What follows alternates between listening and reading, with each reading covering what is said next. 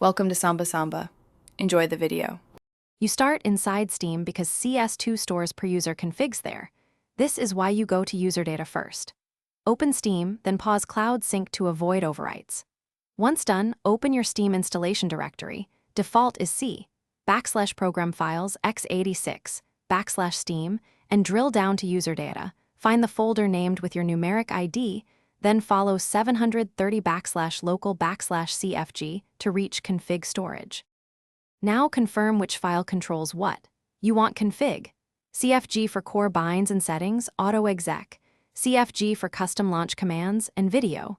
TXD for resolution and graphics presets, knowing this prevents accidental loss of key settings.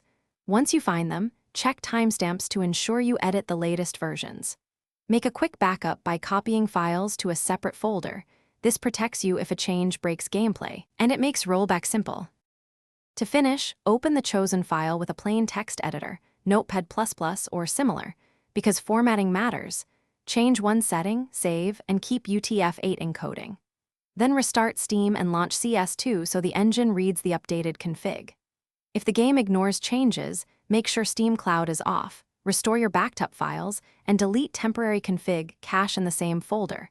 This resolves most issues caused by corrupt or conflicting entries. Thanks for watching. Consider subscribing if we helped you.